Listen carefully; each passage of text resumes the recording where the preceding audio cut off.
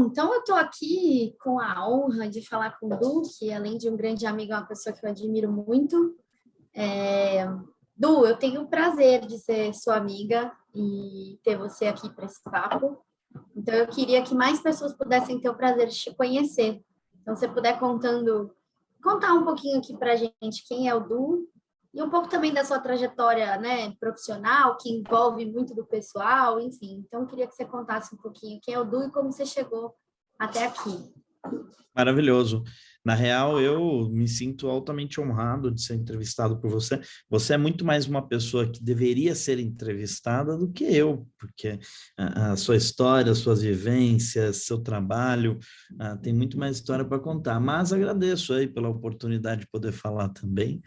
E eu sou formado em comunicação. No meio do caminho, fui trabalhar em algumas empresas, comecei a entender que, tipo, o tesão do que eu curtia fazer, vamos assim dizer, estava mais ligado com RH, com gestão de gente, com recrutar, com inserir dentro das culturas organizacionais. Aquilo começou a mexer comigo e eu acabei criando uma empresa de recrutamento de pessoas e chama-se 99jobs.com. E você consegue ter a oportunidade de tipo, fazer um matching baseado nos seus valores. Isso eu acho que é o nosso maior trabalho. Assim. Uma coisa que passou a ser parte do nosso trabalho, que confesso a você que não era como a gente se iniciou, depois é como se a gente tivesse até, vamos assim dizer, pivotado o nosso posicionamento, o que a gente acreditava, que foi entender que o fazer o que ama era um privilégio. E aí o nosso trabalho passou a ser fazer com que o faça o que você ama não seja um privilégio. E eu acho que isso é o que de alguma aí é bastante sementinha no nosso coração para continuar fazendo bastante coisa grande. Boa, Du. E aí, se você puder me contar um pouco assim, quando nasceu, né, a ideia da 99jobs, assim, qual foi esse desconforto assim principal e, né, eu entendi um pouco que você fez essa transição para RH, mas qual era o seu incômodo assim, um pouco dessa ideia do privilégio, né, de mais pessoas poderem fazer o que amam? Como foi essa construção inicial? Como foi o crescimento aí, né? Você dentro do lugar de CEO, da pessoa que cria, que faz acontecer, então como foi isso? Sim, quando eu estava criando a empresa, não me passava essa visão, sabe? Tipo, eu não me via como um cara altamente privilegiado e coisas do tipo. Eu não me via nesse lugar. No entanto, o que aconteceu? Eu comecei a ver muitos dos meus amigos, tipo, reclamando das oportunidades de trabalho que eles tinham. Me recordo até hoje de uma história de uma menina que a gente fazia faculdade juntos, e aí eu perguntei para ela, e aí, o que você faz? Onde é que você está trabalhando? Né? Tipo, e aí ela me contou, e aí eu falei assim, mas e aí, como é que é lá? Como é que é a cultura? O que, né? E aí ela, achei até engraçado, lembro exatamente ela falando assim, Du, ninguém nunca me pergunta isso, para você eu vou contar. E parece que ela entrou ali num espaço de afeto, onde ela quis abrir, que ela odiava a empresa que ela trabalhava. E ela falou que ela odiava no seguinte sentido, olha que doido isso, lembra dessa frase muito importante. O ônibus dela, era uma empresa mais distante aqui de São Paulo, o ônibus dela, lá, a van, sei lá, o fretado, chegava 5 da tarde no ponto, e o estágio dela acabava às 4. E ela falava que ela preferia ficar essa 1 hora no ponto esperando, no frio ou no calor, do que dentro da empresa.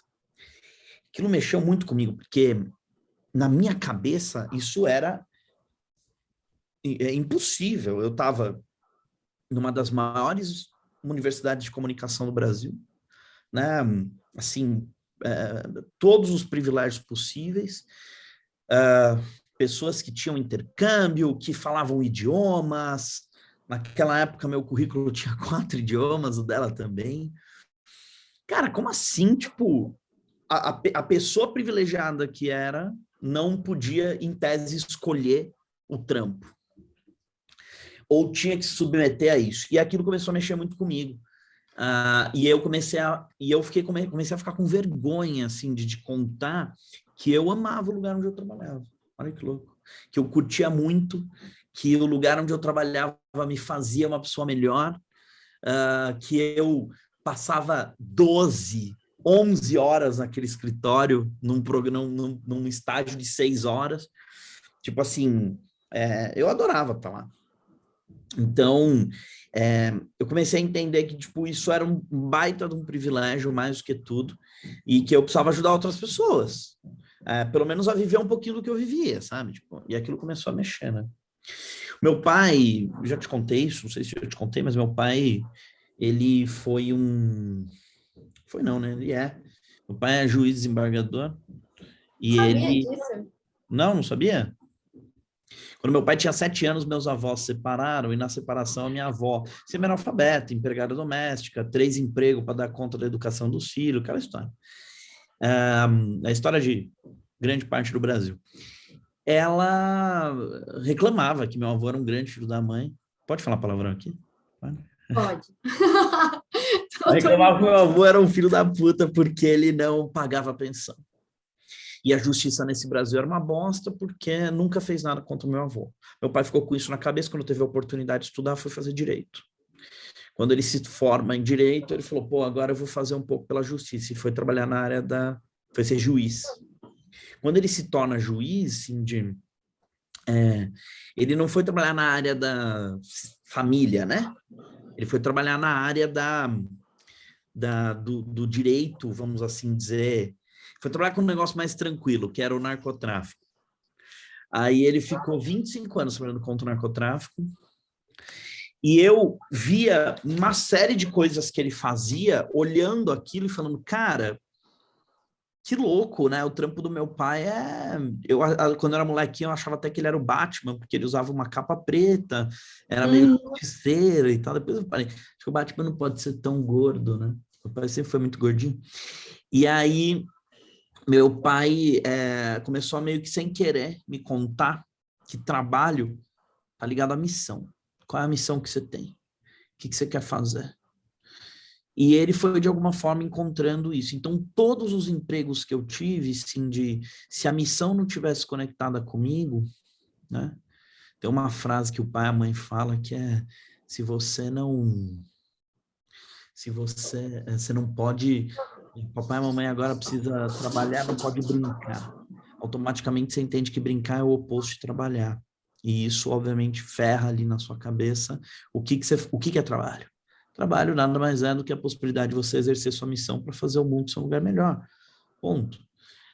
Então, você pode criar serviços, criar produtos, criar negócios, melhorar serviços, melhorar produtos, melhorar negócios, para que o mundo seja um lugar melhor, né? Mas com base na tua missão. E aí nasceu a Nine. Demais. Então, rolando aqui umas gatas correndo sem parar, então vai fazer parte aqui.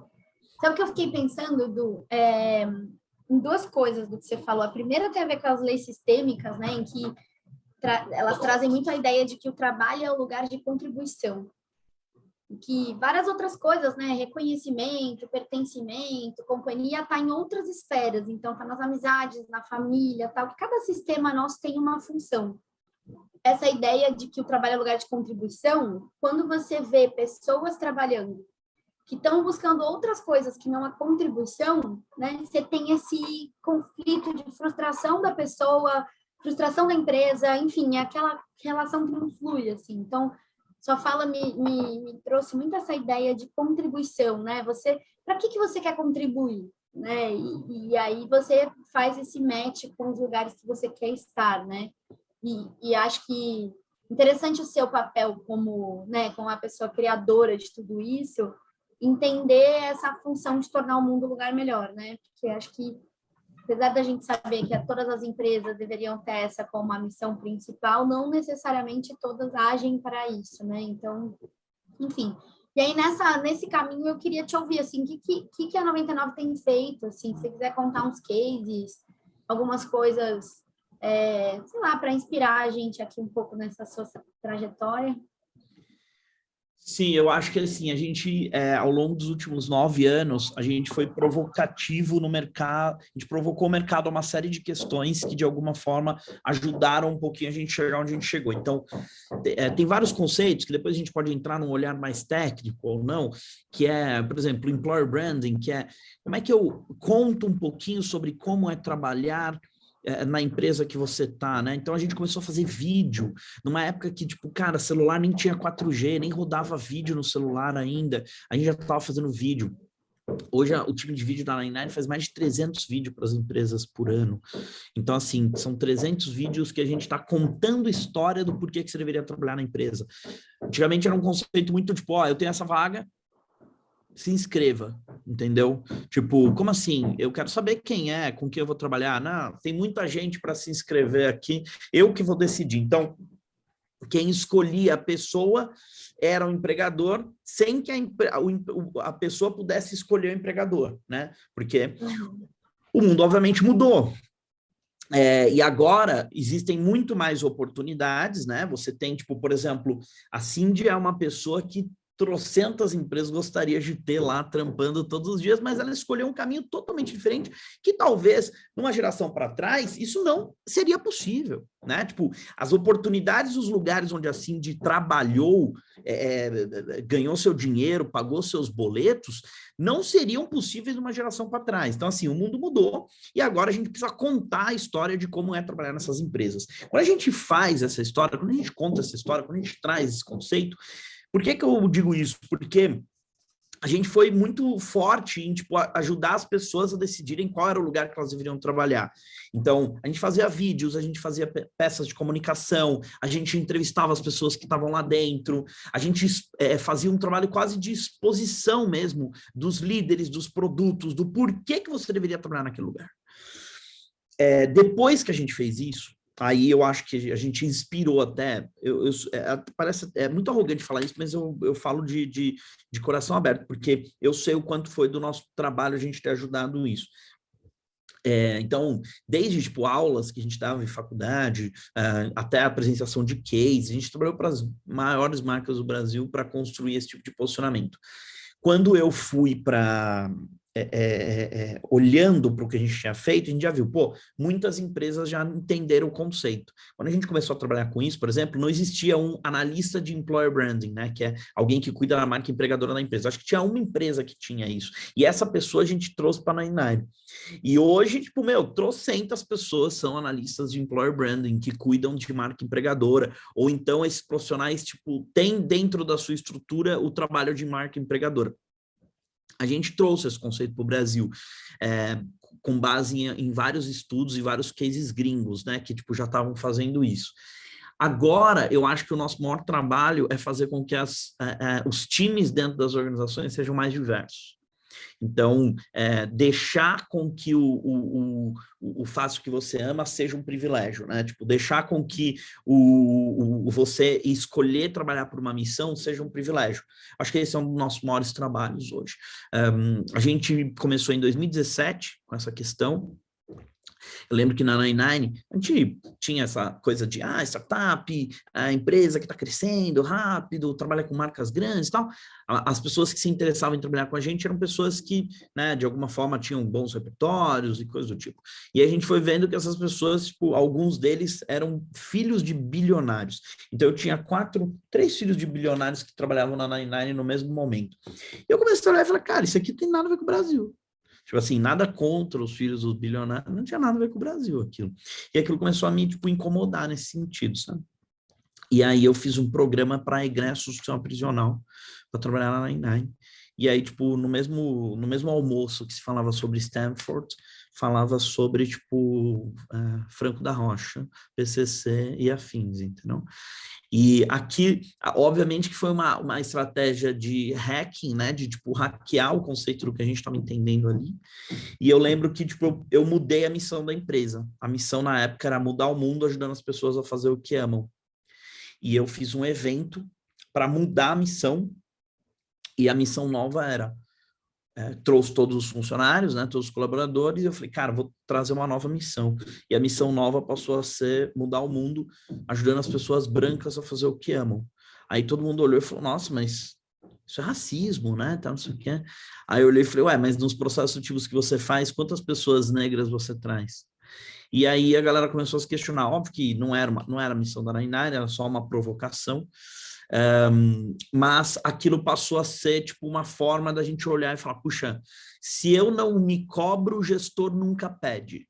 Né? Então, o gestor não vai falar assim, olha, dessas 3 pessoas que você vai me entregar, se a gente tem 56,1% da população brasileira sendo pessoas negras, entre pretos e pardos, eu acho legal você trazer no mínimo 2 ou 1 que sejam pessoas negras. Tipo, o gestor nunca fez essa fala para a gente. Então, a gente que começou a tipo, trazer esses conceitos, empresas gigantes que têm programas de diversidade gigantes, hoje em 2017, quando a gente falava isso, eles falavam assim, ai, mas isso não é racismo, isso?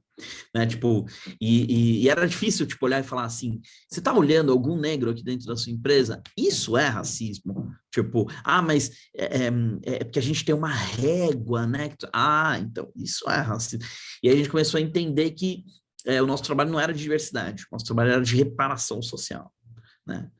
Hoje fala-se sobre ESG e tal, mas a gente fala de reparação social, tipo, esse é o nosso trampo, assim, a gente tem, as empresas de recrutamento são um dos maiores geradores de racismo, machismo, etarismo, capacitismo dentro das principais organizações corporativas desse país, que são os que tomam decisão por onde esse país vai.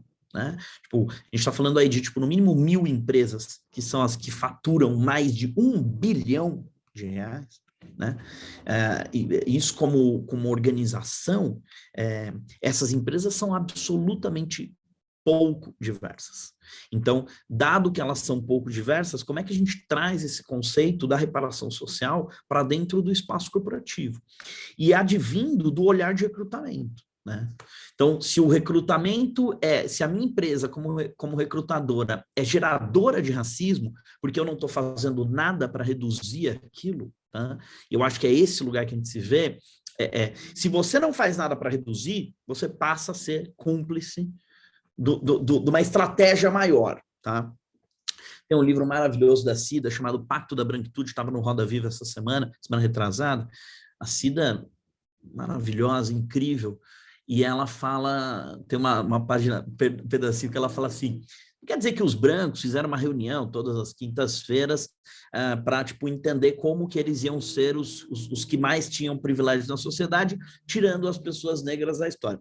Mas existem uma série de conversas, de falas que estão dentro dos nossos vieses. Viés nada mais é do que uma forma bonitinha de falar sobre racismo, de falar sobre etarismo, machismo e tal, que obviamente constrói uma sociedade desigual. Né? A gente tem hoje 56% da população brasileira negra, onde 56% da população brasileira é automaticamente desempoderada economicamente, a população. Quando a gente olha, por exemplo, nos últimos 10 anos, o Brasil cresceu, quando a gente fala de PIB, menos 0,1%. Se você compara com outros países, cresceu 5, 3, não é que a gente cresceu 0, a gente está para trás. Porque, historicamente, em 10 anos, se os países estão crescendo 5, 3%, a gente está... não é que a gente está evoluindo, a gente está indo para trás. E isso se dá pelo fato de que a gente tem 50% da população desempoderada economicamente, ponto. Né? É uma parte da população que acaba pagando a conta da outra parte porque ela foi desempoderada. E o Brasil é um espaço que tem trocentas mais oportunidades, muito mais, dá para fazer muito mais coisa aqui. A economia giraria muito mais se a gente eliminasse o racismo dessa história toda. E aí eu estou mirando no racismo, porque quando a gente acerta 56,1, a gente acerta um pouco de tudo. Né? A gente acerta mais mulheres, a gente acerta PCDs, LGBTQIAP+, então a gente acerta outras classes minorizadas ou em situação de vulnerabilidade que, de alguma forma, compõem uma população desempoderada economicamente. Né? Para pensar só de população carcerária, a gente está falando de 800 mil. Imagina o número de pessoas que saíram de uma condição de cárcere que não teve nenhuma oportunidade depois.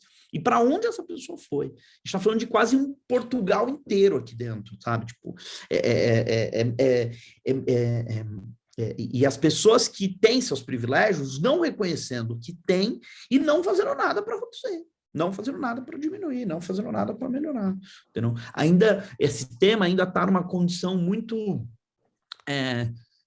de reparação. Eu trabalhava com o Fábio Barbosa no Banco Real, ele falava muito isso, assim, tipo, algumas canetas nos cheques que você assina durante o seu horário das 9 às 6, e no resto dos horários, no final de semana, você apaga algumas desses cheques que você assinava na sua consciência, tipo, fazendo algum trabalho numa ONG ou ajudando. E enquanto isso estiver dividido assim, esse tema for tratado como responsabilidade social, a gente vai continuar com o Brasil desigual. E a gente vai continuar com números que não são relevantes para o tamanho do país que a gente tem. Não só para o tamanho do país que a gente tem, para o número de insumos que a gente recebeu por ser um país também privilegiado, né? No sentido das nossas matrizes naturais e coisas do tipo. Edu, dentro do que você traz, assim, tem várias coisas aqui que a gente poderia trocar, né? Eu gravei um podcast recentemente, a gente estava falando sobre negócios de impacto. E aí a pergunta era o que são os negócios de impacto, né? E qual é o futuro deles, tal. E na minha cabeça era, cara, a gente nem deveria estar mais falando sobre negócios de impacto, a gente deveria estar falando sobre negócios com a ideia de que todos os negócios envolvem impacto. Sim, Né? total. Então, assim, porque isso deve fazer parte da estratégia mesmo e entender a responsabilidade. E é muito inspirador ouvir você como líder levantar a pauta, né, do racismo e várias outras pautas, assim, porque, de fato, a alta liderança tem que estar muito envolvida nessa, né, tem que estar muito à frente dessas iniciativas, assim. Complementando um pouco os dados que você trouxe, tem um dado que me assustou muito, assim, desde que eu vim para o Alicerce, que a gente começou a estudar educação, que tem a ver com os níveis educacionais do Brasil, né? Então, a gente olha lá que existe a prova do PISA, né? Que é a prova global que avalia a aprendizagem no Brasil e no mundo. E aí, a gente tem de 1 a 6 as notas, sendo 6 a nota, né, níveis educacionais, você tem todas as Referência. habilidades. E aí a gente tem 0,1% da população no nível 6, a gente tem 4,9% acima do nível 4, então, assim, acima do 4 a 6, a gente só tem quase 5% da população, e o restante dos 95%, desses 95%, 68% são nível 1. Nível 1 do PISA não domina as 4 contas básicas da matemática, não interpreta um parágrafo. Então, assim, se você recorta, ainda tem, né, o recorte de como é a representação da população negra dentro desses 68%, a gente está falando de mais de 80%. Então, assim, é muito, muito estrutural e acho que o trabalho do Alicerce vem um pouco nessa recuperação da base, né, para ver se a gente equaliza e traz essa reparação por meio da educação. E aí eu queria entender para você, assim, eu sei que vocês têm essa pauta de diversidade muito forte, isso me inspira muito na Nine. E eu queria saber, assim, os desafios que vocês encontram quando a gente está falando de recrutamento e seleção, principalmente quando a gente está falando de populações minorizadas, que foram populações que, por conta de várias questões, né, estruturais, principalmente a escravidão, não tiveram acesso à educação, né, à educação de qualidade, não têm acesso, muitas vezes, a recursos para conseguir, né, se capacitar. Então, queria te ouvir, assim, como é encontrar essas dificuldades no momento do recrutamento, né? Então, como trazer essas pessoas para dentro, sabendo desses recortes educacionais que a gente tem, né? E aí, o papo da régua, tipo, desce a régua, não desce, como que faz para a gente trazer inclusão de fato, se a gente está falando de uma população, né, tão defasada em termos educacionais? Uhum. É assim, vários caminhos para a gente. Essa pergunta dá para a gente abrir 95 podcasts aqui, tipo, ir um a um, assim, né? É uma pergunta complexa, mas ao mesmo tempo maravilhosa. Simples sem ser simplista.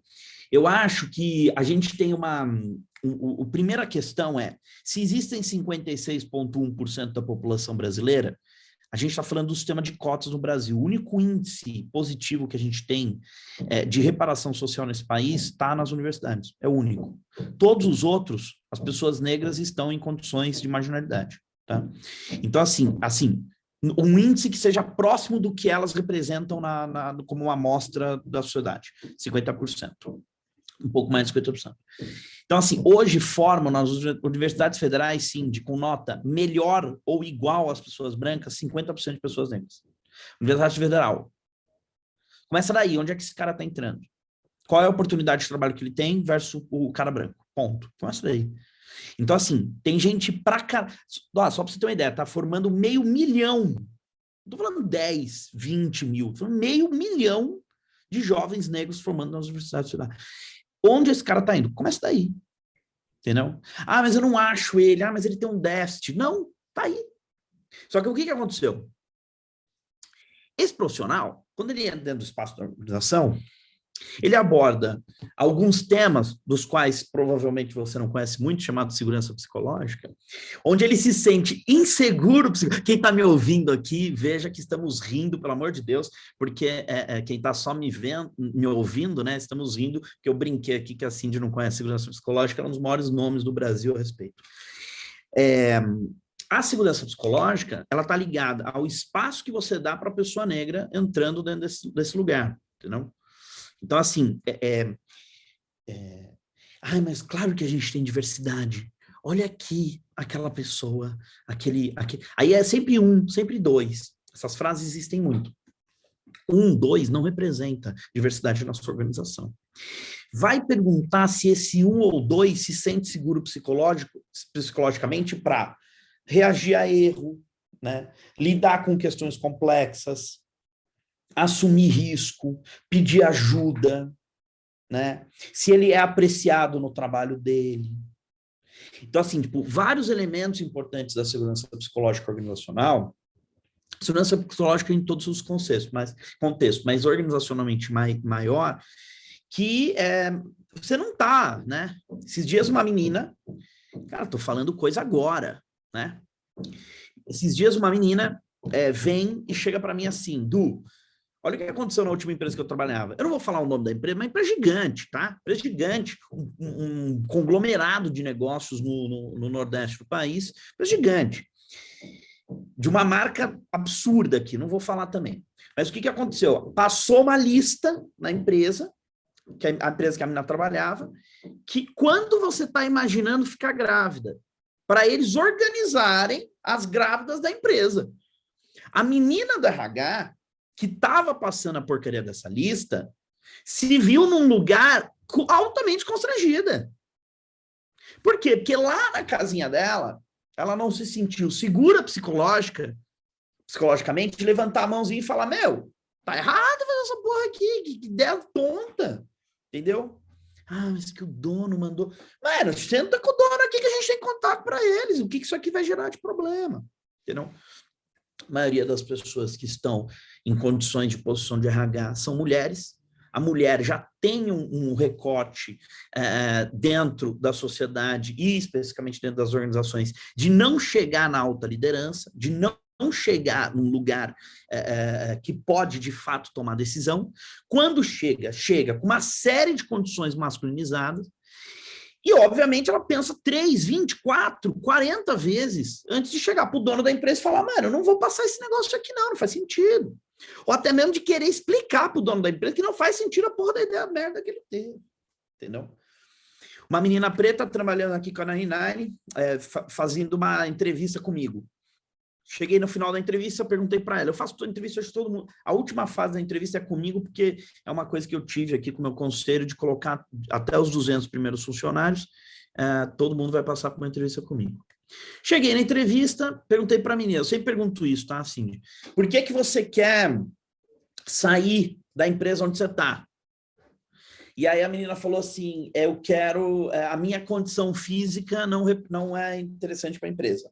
Aí eu falei, condição física, como assim? E obviamente eu estava entrevistando, você via ali, né, pelo vídeo, estava entrevistando uma mulher preta de tranças.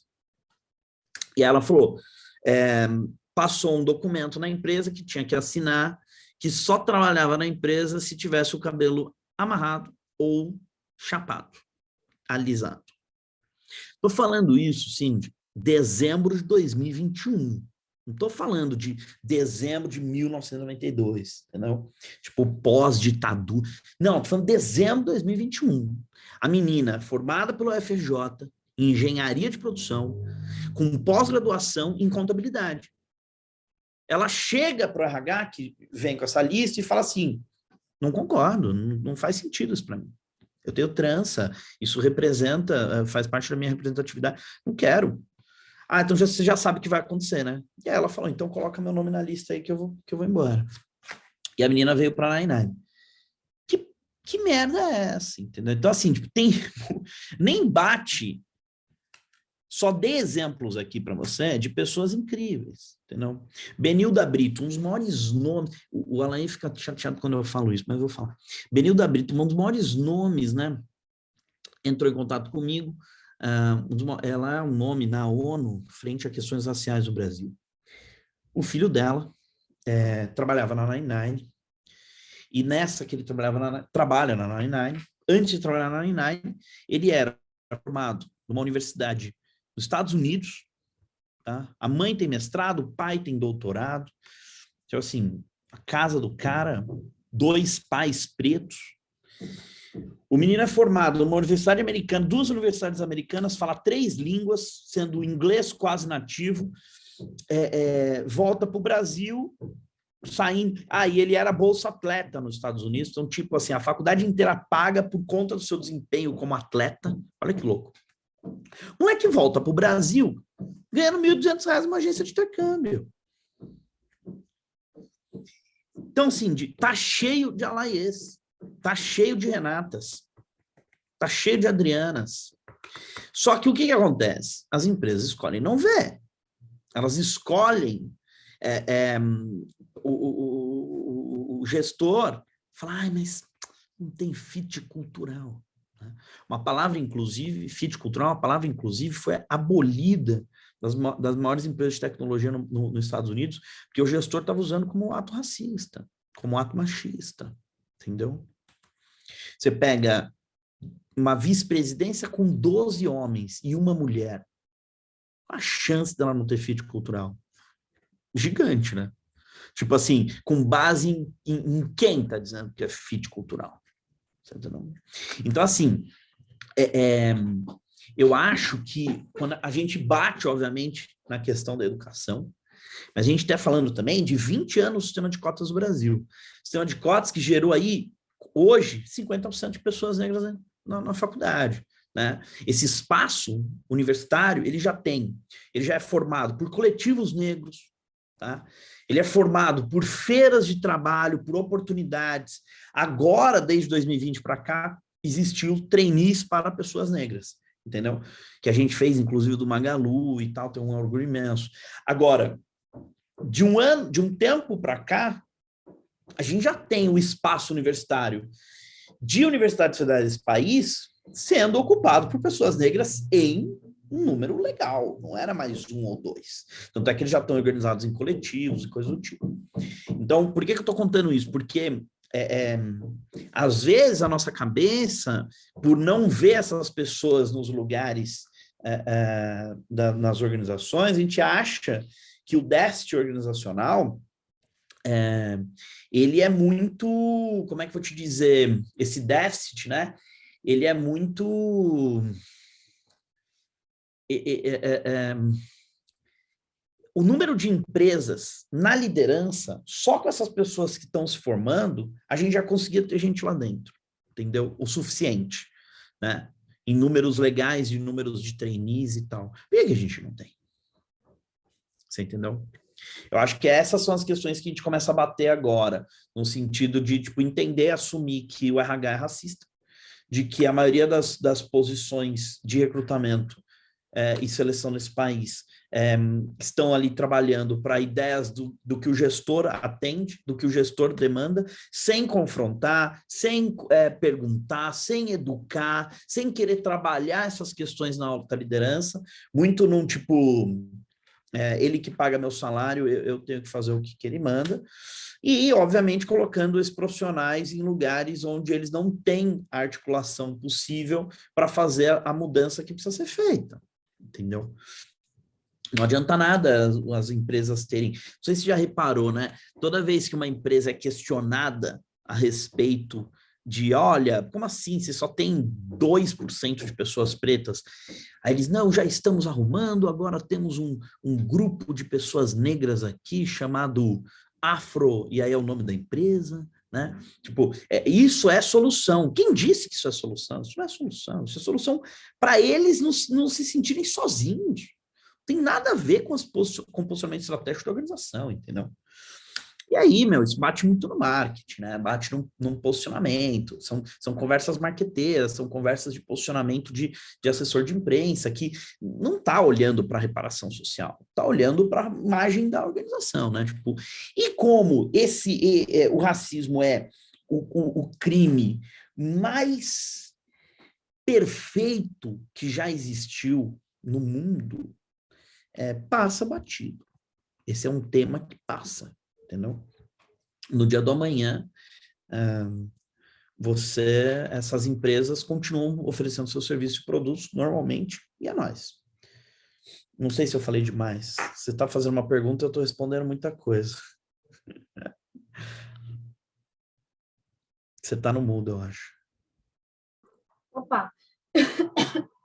Estava aqui empolgadona falando. Eu tô aqui te ouvindo, assim, e refletindo muito, né, do quanto, principalmente o quanto me inspira do ouvir, assim, você trazer essas provocações numa empresa como a 99, que tem esse poder de influência no mercado, e que precisa levantar essa pauta, né, então, e aí aqui uma pergunta para você, assim, né, como que você acha que é o papel das lideranças mesmo? Porque atualmente as lideranças ainda são lideranças homens e brancos, né, então a persona líder continua sendo um homem branco e que toma decisões a partir do seu contexto, da sua estrutura, né? Então, eu queria te ouvir um pouco assim, qual que é o papel do líder dentro dessa pauta, né? De impacto, de diversidade, de reparação social, enfim. Como fica o papel da liderança nesse lugar, né? Que eu tenho certeza que muita gente está ouvindo a gente, está se inspirando e falando, cara, eu queria, né, ter um gestor assim que pensa desse jeito. Então, eu queria te ouvir, assim, um pouco da importância que você acha que você tem mesmo quando você fala isso, sabe? Assim, enquanto líder, enquanto pessoa que representa uma organização. Como a gente tem números de desigualdade específico na educação, igual você citou, a gente faz o quê? Tem menos gente sentando nas cadeiras de liderança. Então, todas as empresas desse país têm problema de liderança, absurdos. E esses problemas de liderança estão ligados a tratamos desses caras que estão aqui melhor do que eles merecem, com medo de perder. Grande parte vive isso. Grande parte vive isso. Eu até estava comentando, né, quando você saiu da base, isso foi uma coisa que, tipo, passou pela minha cabeça. Eu falei, olha que animal, né? Tipo, a Alicerce fez uma proposta para a Cindy, né? Porque é a mesma coisa que fazer uma proposta para uma pessoa que tem a cara do negócio, que, tipo, assim, como é que você, né? Tipo, levar o Faustão para a Band, sabe? Tipo, não que o Alicerce seja a Band, mas assim, o Faustão é a cara da Globo, sabe um negócio assim? Adorei. Levar o Zuckerberg para o Google, vamos assim dizer, melhor.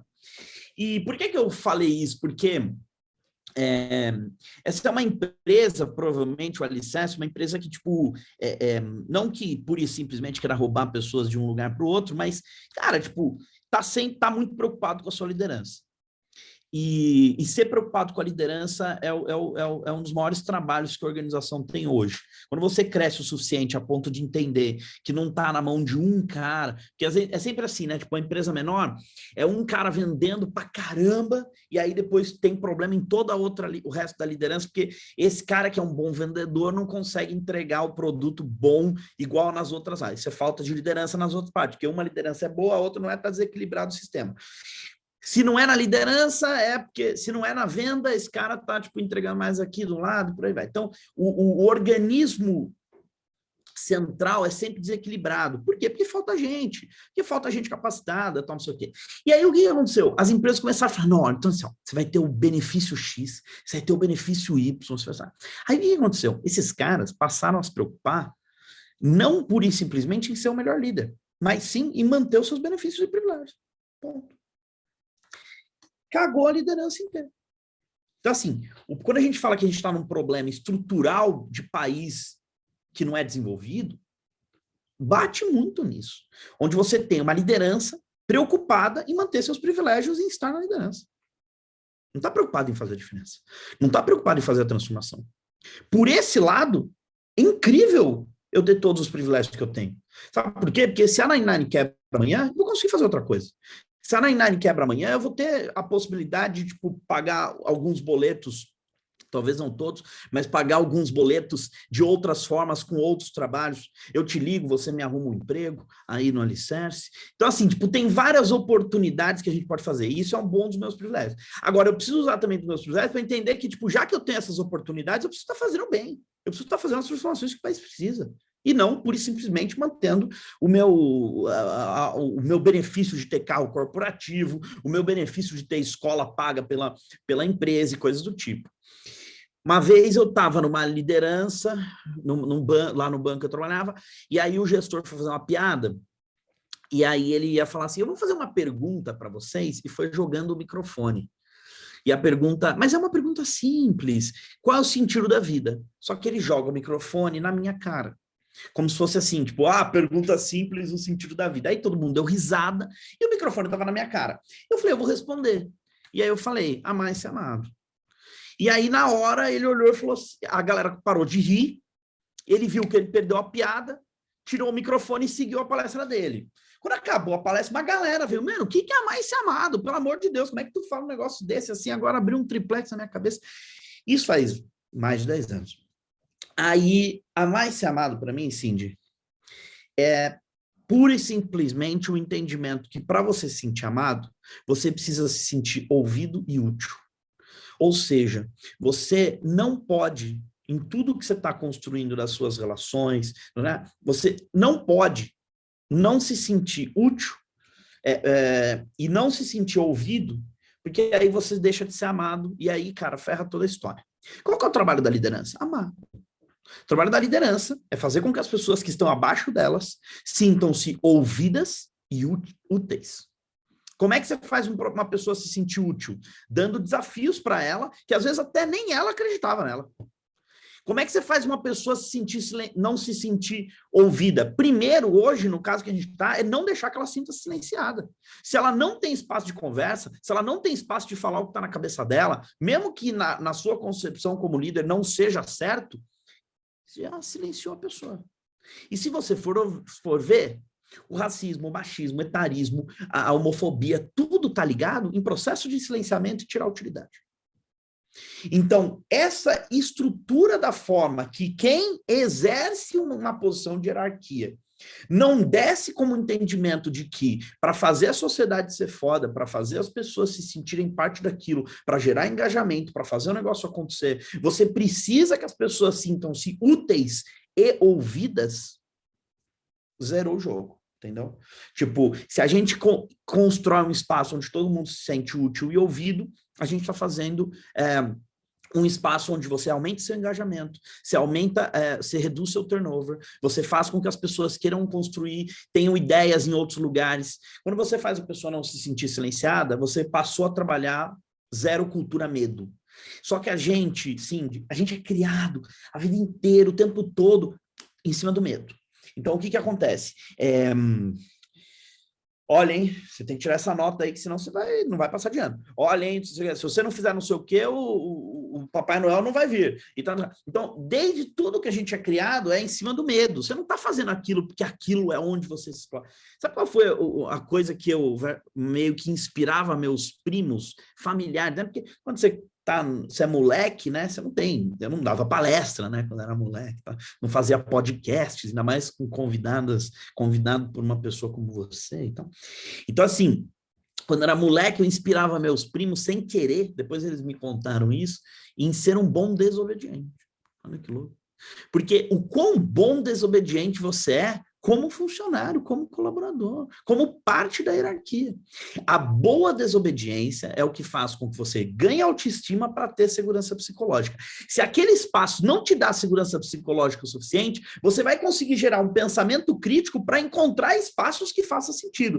E esses caras normalmente viram líderes de diferença na sociedade. Líderes que provocam as questões que precisam ser mudadas e melhoradas nos espaços. Porque eles trabalham bem reagindo aos erros, eles lidam com questões complexas, eles aceitam a diversidade, assumem riscos, eles pedem ajuda, entendem um espaço de respeito com o outro e, obviamente, nas micro coisas, né? A gente tem tantas microagressões diárias, né? Esses dias uma menina lá no time, liderada por uma mulher branca, por uma pessoa branca, foi contestada sobre seu inglês com uma pessoa negra. Então, o diálogo foi assim, menina branca para pessoa negra, menina negra. Você fala inglês? A menina negra, falo. Para a menina negra falar que fala inglês é porque ela realmente fala. Tá? Porque assim, tipo, imagina ela sendo questionada no dia da manhã, imagina ela sendo duvidada. Então, ela realmente fala. E aí a menina branca perguntou, mas você fala mesmo? Isso é uma microagressão, entendeu? Então, o Luciano Huck esses dias tinha no programa que você foi lá, tinha dois meninos pretos e uma mulher preta que era a mãe dos meninos na plateia. A mãe, ele pergunta para a mãe, quantos filhos a senhora tem? Aí ela fala 3. Aí ele pergunta, todos do mesmo marido? Microagressão. Não. E a maioria dessas microagressões acontecem com pessoas negras, com mulheres negras, né? Essas microagressões diárias, elas precisam de microapreciações diárias. O que são microapreciações diárias? É elogiar, fazer microelogios, de tipo não esperar um grande projeto acontecer para você fazer uma sessão de feedback positiva, entendeu? Então tem vários elementos que ajudam as pessoas que estão dentro de um ecossistema a terem segurança psicológica para fazer as transformações que precisam. Mas o macro deles está ligado a você não silenciar e a você trazer utilidade, né? Quando você não silencia e traz utilidade daquele profissional, dando desafios maiores do que o que ele tem, né?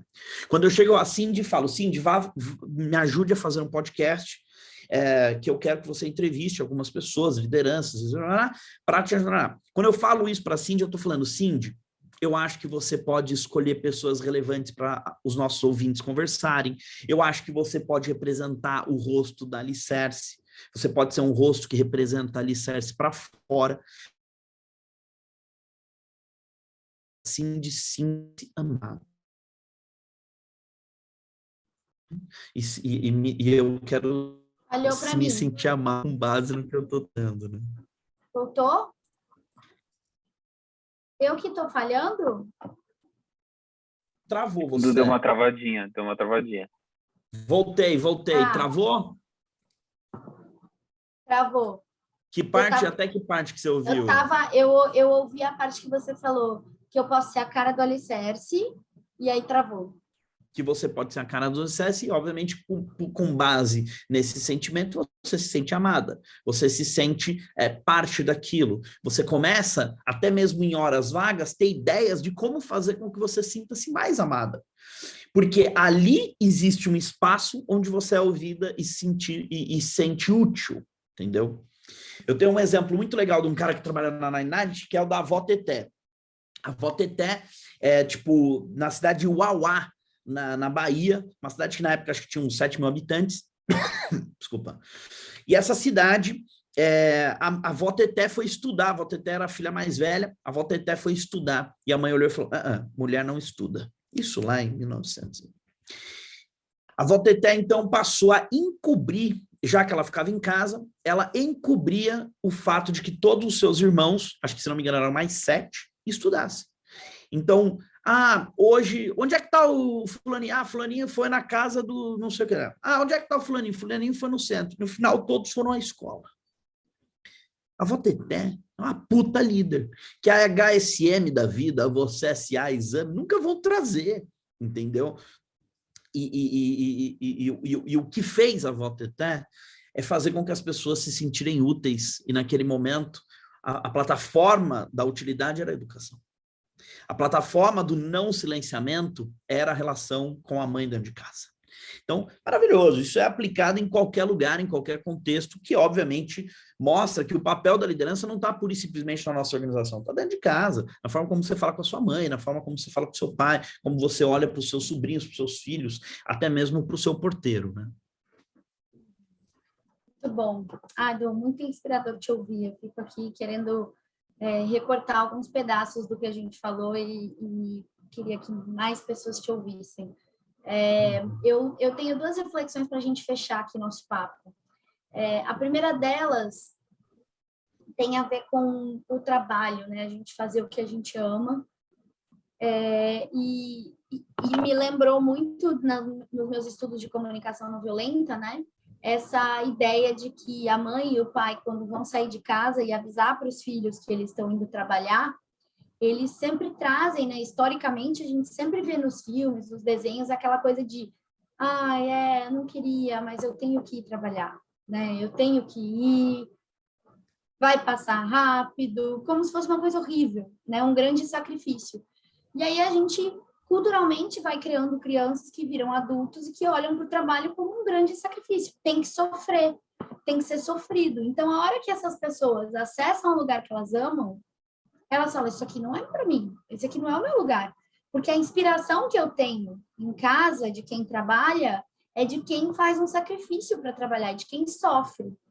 Então, esse lugar não é meu, né? Então, a pessoa, ela não se sente digna de ocupar um espaço em que ela trabalha, onde ela ama, em que ela gosta, em que ela acorda e pode dizer para o filho, eu tô indo porque eu amo fazer isso, né? Porque me dá prazer e eu devo voltar tarde porque tem muita coisa legal que vai acontecer lá que eu nem vou conseguir chegar cedo, né? E quando você tiver a minha idade, eu espero que você esteja num lugar tão maravilhoso quanto que eu tô, né? Olha como muda a educação das crianças, né? E a forma como a gente olha e enxerga o trabalho, claro, sem excluir grande parte das organizações que ainda trabalham no modelo exploratório da mão de obra, né, a classe trabalhadora e todos os direitos que ainda são cerceados, mas acho que é muito inspiradora a sua fala e a sua missão também de trazer, né, diversidade, mas principalmente não é só trazer empregabilidade, por exemplo, para a população negra, né, é trazer empregabilidade para que eles façam o que eles amam, para que seja legal,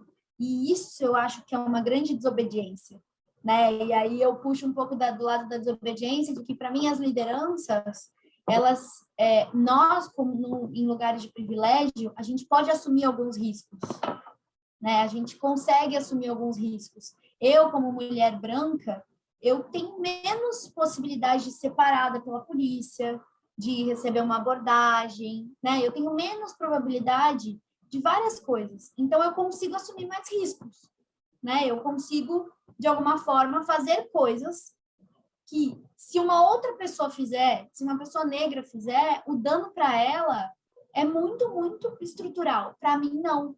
Então, por que não eu assumir riscos na ideia de abrir espaço para essas outras pessoas, né? De abrir, de gerar privilégio, de poder, não gerar, porque não é esse lugar de poder, mas assim, o que nós, enquanto pessoas privilegiadas, quais são os riscos que a gente está disposto a assumir para mais gente poder estar junto na mesa, né, com a caneta de decisão. Então, acho que é um pouco isso que a sua fala me reflete aqui. E aí, queria, assim, fechar dizendo que eu ficaria aqui mais horas com você, claro, como a gente já teve vários outros momentos de troca, mas queria que você deixasse um recado final aí para essas lideranças. Esse é o podcast Liderança de Alto Impacto, então a gente fala com as pessoas que estão nas altas lideranças, né, das organizações, ou com as pessoas que querem estar lá e, portanto, se inspiram. Então, que bom, espero que vários te ouçam.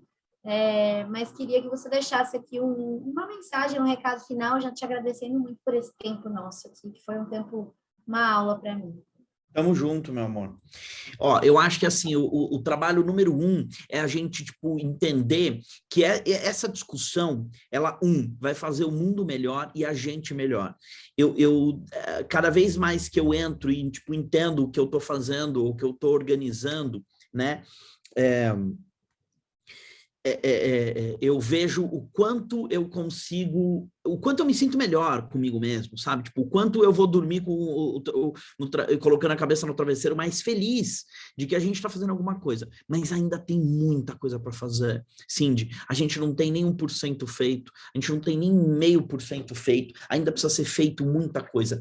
Não faça isso com base no que as pessoas... Se você é um líder e tipo, nunca parou para pensar que você precisa sim mudar o número de pessoas negras que estão nas posições de liderança, os números de mulheres que estão na posição de liderança da sua empresa, não faça isso pensando no que os seus amigos do clube, os seus amigos do tênis, do squash, do whatever o que você faz, vão pensar. Faça isso levando em consideração que a sociedade precisa disso, a gente precisa dessas mudanças, isso precisa acontecer, e nenhum dos seus privilégios vai ser reduzido, porque o jogo do Brasil não é um jogo de um país que tem pouca oportunidade, então as pessoas têm que lutar pelas que têm. O Brasil é um país que tem muita oportunidade desperdiçada, que a gente ainda não consegue aproveitar de todas as oportunidades. Existem trocentos talentos, não é só no futebol, não é só no esporte, sim, trocentos talentos que são desperdiçados para suas organizações, para o seu negócio, para fazer com que o seu produto chegue em mais gente. Então, assim, se a gente olhar para esse olhar, para essa visão, né? Esse ano é um ano de eleição, você vai votar só em pessoas brancas, né? Só em homens brancos, né? Essas pessoas não têm noção do Brasil. Isso não é trazer pessoas, não é trazer o Brasil. Se o seu produto é o Brasil, não tem como você não trazer Brasil para a sua liderança, tomar decisão pelos produtos que podem ser bons, não para um grupo só, mas para o país inteiro, né? Tem vários trabalhos que dá para fazer, mas a gente tem que começar naquilo que é negócio, naquilo que gera produto, que gera serviço, que gera lucro, entendeu? Porque se a gente começar a mexer nisso, a gente arranca esse conceito de que a gente tem que fazer isso. Eu comprei um McDonald's lá no dia do McLanche Feliz, e aí tipo, eu distribuí para os mendigos. Cara, não é só isso, tá bem longe disso, sabe? Tipo, é bem mais do que isso, entendeu? Tipo, isso tá dentro do nosso lado. Se você vai num restaurante, você como pessoa, como líder, se você vai num restaurante, não tem nenhum negro jantando no mesmo restaurante que você tá errado. Se você lê livros, pega aí os últimos livros que você leu, são todos de homens brancos, tá errado. Se você vai num lugar e as pessoas que são negras são as que te servem, se o seu psicanalista é um homem branco, se o seu psicólogo é um homem branco, o seu médico é um homem branco, se todas as pessoas que exercem alguma função na hierarquia acima de você é uma pessoa branca, tá errado. Tá errado. É meio que esse óculos que você precisa colocar para o mundo para ver uma diversidade de um país muito maior do que essa bolha que a gente se coloca todos os dias, entendeu? E aí, é isso que eu estou falando, a gente ser mais feliz, a gente vê um Brasil de verdade, a gente vê muito mais coisa, a gente vê coisa muito mais legal. Você não precisa ir para fora e pegar nenhum avião para ver coisas diferentes do que você vive. Quantas pessoas negras vão no seu aniversário? Quantas pessoas negras você convida para ir jantar e tomar um vinho na sua casa? Começa daí. Começa daí. Às vezes, se você não consegue fazer na tua empresa, começa dentro de casa. Você vai ver que legal que é, que transformação maravilhosa, e criando, obviamente, um espaço seguro para que essas pessoas aceitem esses convites. Porque aqui a gente está falando da intenção. Quando a gente bate no espaço de segurança para o aceite do convite, é sensacional, né? Tipo, sensacional. É aquela frase piegas do você convida para a festa, mas não chama para jantar. Porque quando a pessoa chega para jantar, chama para dançar, que música que está tocando? Todo mundo vai ficar olhando para ela? Então, a segurança psicológica está ligada a isso, né? Tipo, você não simplesmente chamar. Hoje está todo mundo chamando para festa ou entendendo que precisa chamar. Às vezes também nem está chamando, mas entendendo que precisa. Mas ainda está distante de fazer com que essas pessoas sejam protagonistas da festa com você e elas tenham espaço de dança, espaço de fala, espaço de conversa. Acho que é isso, meu amor. Exagerei aqui no tempo, mas estou muito feliz a nossa conversa. Exagerou nada, eu tô aqui, eu ia perguntar se podia chorar também no podcast, acho que vai ser o primeiro que eu me emocionei mesmo, assim, fiquei muito arrepiada, eu tenho uma baita honra de ter você perto, e como liderança, como uma pessoa de influência, assim, é muito, muito inspirador, quero estar mais perto, eu quero que a gente faça mais coisas junto, assim, eu realmente... eu acho que a gente se conecta muito por várias das lutas e das falas que você falou. E que bom que a gente está aqui, teve essa oportunidade de falar, de te ouvir e de você ser tão útil para as pessoas que vão te ouvir, porque já foi muito para mim. Então, tenho certeza que vai ser para muita gente ainda. Obrigada, Du. Obrigada mesmo pelo espaço, por aceitar o convite. Estamos juntos, muito juntos. Qualquer convite que você fizer, pode ser 3 da manhã, fazer rapel na ponte. Você é, inclusive, uma das pessoas que talvez me convidaria para fazer uma trilha, que é uma coisa assim que eu não acho que amigo chama. A não ser que seja um inimigo, eu iria. Por você, eu iria. Tá bom? Então, eu vou arriscar essa, hein, Du? Tamo junto, meu amor. Obrigada, Obrigado tamo por o sim. convite. Valeu, obrigada.